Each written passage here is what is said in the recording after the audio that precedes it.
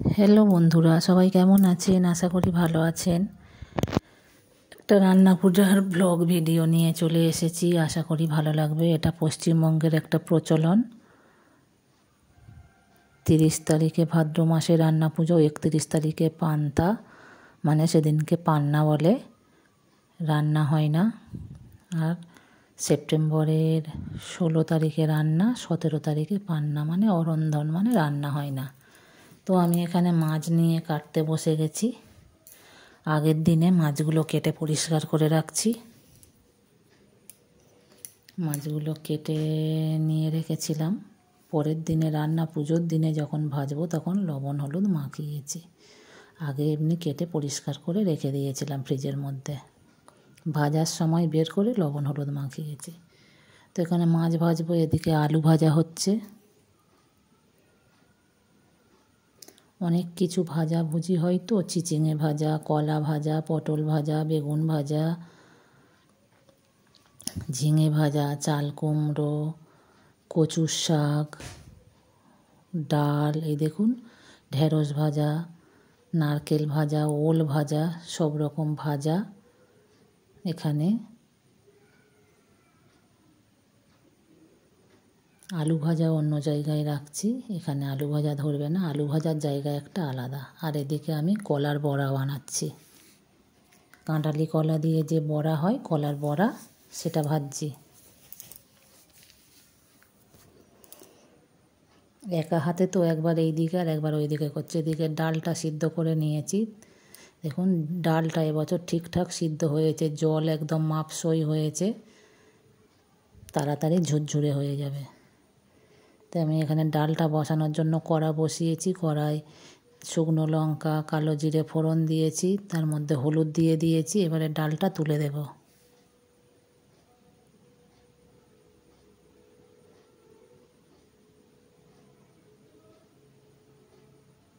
একটু লাল লঙ্কাও দিয়েছি।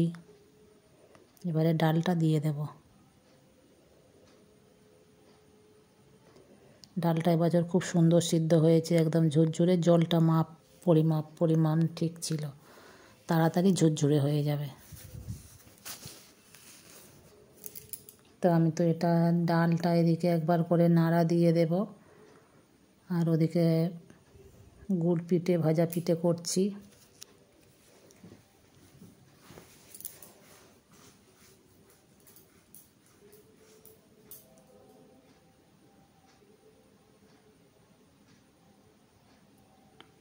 তো গুড় পিঠে, ভাজা পিঠে তো হয়ে গেছে। এদিকে কচু শাক বসাবো।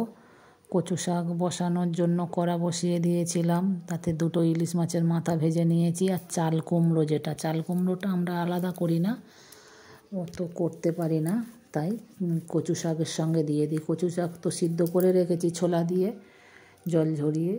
এই দেখুন, এর সাথে পুঁই শাকও দেওয়া আছে। পুঁই শাকও আলাদা করি না। আগে আমার শাশুড়ি মা সব আলাদা আলাদা করতেন, এখন পারি না, ওই জন্য আলাদা করি না। আর এর সাথে সব দিয়ে দিয়েছি, পুঁই শাক, কচু শাক, ছোলা আর চাল কুমড়ো ওই কড়াই ভাজছি। ওর সাথে দুটো ইলিশ মাছের মাথাও আছে। ইলিশ মাছের মাথা দিয়ে কচু শাক হবে, একটু নারকেল কোড়াও দেবো। এদিকে ডালটাও একবার করে নাড়া দিয়ে নিচ্ছি। দেখুন কতটা ঝুরঝুরে হয়ে গেছে। লবণও দিয়ে দিয়েছি। কালকের মহালয়া, তাই চারিদিকে মহালয়ার সুর। এই মহালয়ার সুরটা হলে কি ভালো লাগে।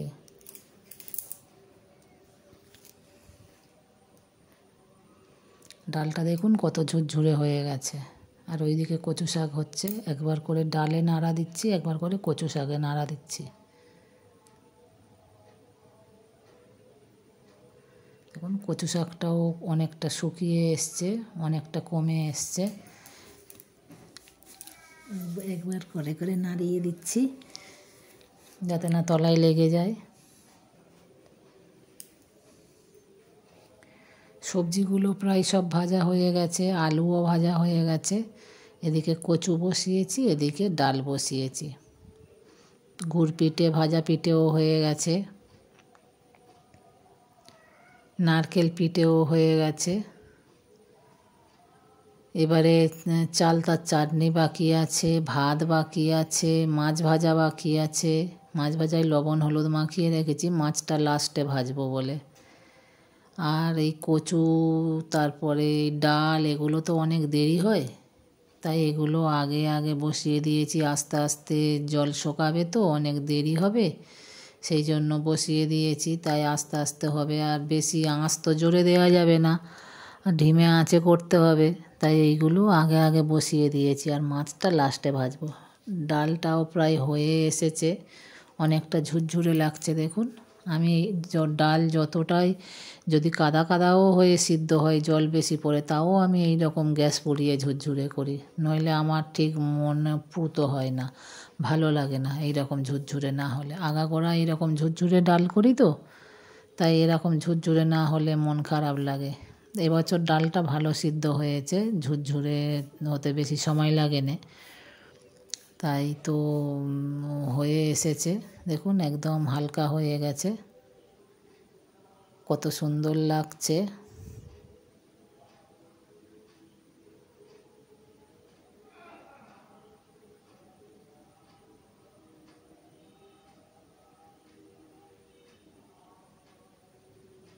এখনো চাটনি বাকি আছে, পায়েস বাকি আছে, আর ভাত বাকি আছে, মাছ ভাজা বাকি আছে। চালটা এখনো কাটা হয়নি, কাটবো। সবজিগুলো আমার ছেলেরা কেটে দিয়েছে। দেখুন এখানে গুড় পিঠে, ভাজা পিঠে হয়ে গেছে। এখানে ঠাকুরকে পুজো দিয়ে উনুন জ্বালিয়েছি।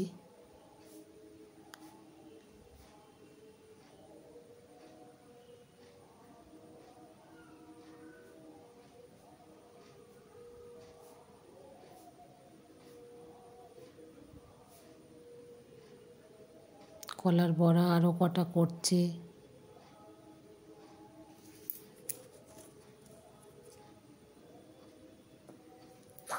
একবার এই দিকে নাড়া দিচ্ছি কড়াতে, একবার ওই দিকে নাড়া দিচ্ছি কড়াতে।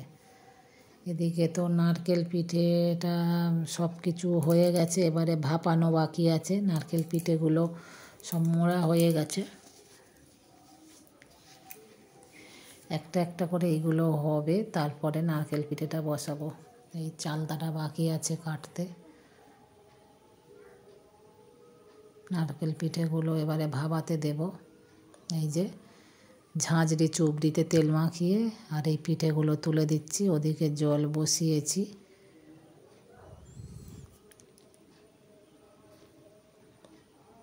এই যে দুধের প্যাকেট আছে, এখনো পায়েস বসাইনি। যে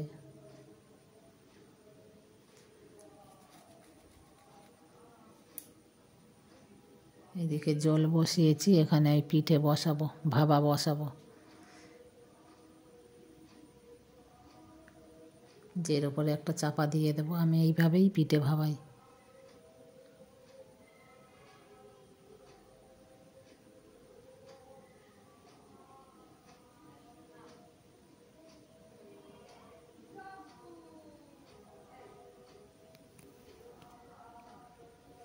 দেখুন একটা ভাপা হয়ে গেছে, কত সুন্দর পাতলা পাতলা ছোট ছোট করেছে দেখুন, দেখতে কি সুন্দর। কিন্তু ছোট ছোট করলে অনেকটা দেরি হয়, কিন্তু দেখতে ভালো লাগে। দেখতে ভালো লাগলে কী হবে, অত সময় করে করতে পারে না, এই ছেলেরা করেছে তো তাই ছোট ছোট করে করেছে। দেখতে ভালো লাগছে হয়তো, কিন্তু অনেকটা সময় লেগে যায়। এই তো আলু ভাজার থালা, আলুটা আলাদা করে রেখেছি, অনেকটা আলু বলে ওই ভাজার সাথে রাখিনি। ওই ভাজাগুলো সব একটা থালার মধ্যে গুছিয়ে রেখেছি। ওখানে চিচিঙে আছে, কাঁচা কলা, পটল, বেগুন, ঢ্যাঁড়স, ওল, নারকেল, সব রকম ভাজাগুলো পরপর পরপর করে রেখেছি, যেটা পরের দিনে সকালবেলা পুজোর সময়, এই যে পুজো, আমার শাশুড়ি মা কিছু নিয়ে পুজো দিক আর নাই দিক বলে মা মনসা চাটিম কলা, মাখা সন্দেশ, কাঁচা দুধ, মাখা কিছু দিক আর না দিক মাখা সন্দেশ, কাঁচা দুধ আর চাটিম কলা দিয়ে মা মনসার পূজা দেয়। আমিও তাই, আর বেশি কিছু দিইনি, শুধু একটু শসা দিয়েছি, চাটিম কলা আর দুধ দিয়েছি আর মাখা সন্দেশ। এখানে দেখুন ঠাকুরের প্রসাদ বেড়েছি, সব রকম সাজিয়ে দিয়েছি। দেখুন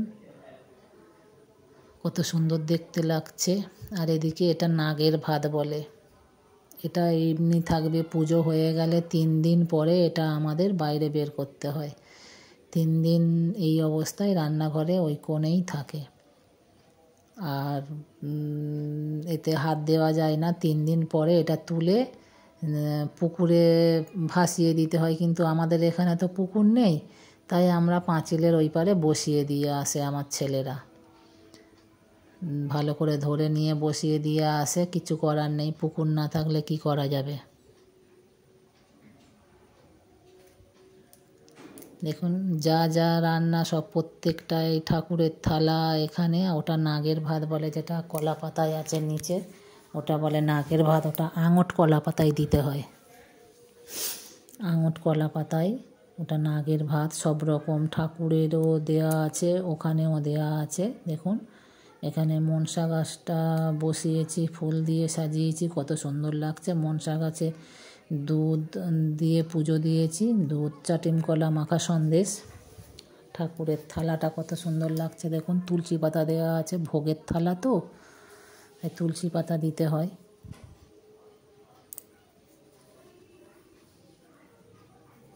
এটা আমার শাশুড়ি মার কাছ থেকেই শেখা, যে কোনো পুজোর এতে তুলসী পাতা না দিলে ঠাকুর গ্রহণ করেন না। ভালোভাবে তো হয়ে গেছে, সব পুজো পাঠও মিটে গেল, এবারে সব খাওয়া দাওয়ার পালা।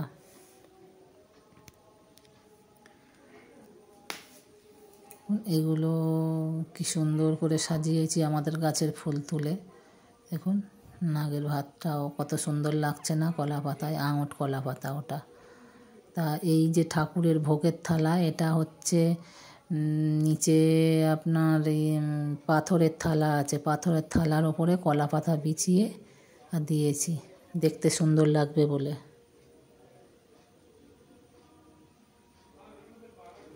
দেখতে তো সুন্দর লাগছে, আপনাদের কেমন লাগলো কমেন্ট করে জানাবেন। সবাই ভালো থাকবেন, সুস্থ থাকবেন, পাশে থাকবেন। নতুন বন্ধু হলে অবশ্যই চ্যানেলটা সাবস্ক্রাইব করবেন, পাশে থাকবেন, পাশে থাকা বেল বাটনটা প্রেস করে রাখবেন, যাতে আমার নিত্য নতুন ভিডিও আপলোড করলে আপনাদের কাছে পৌঁছে যায়।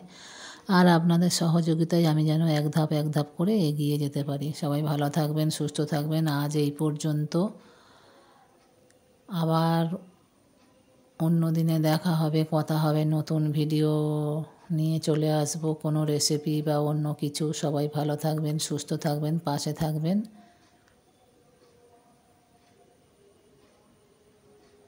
আজ আসি।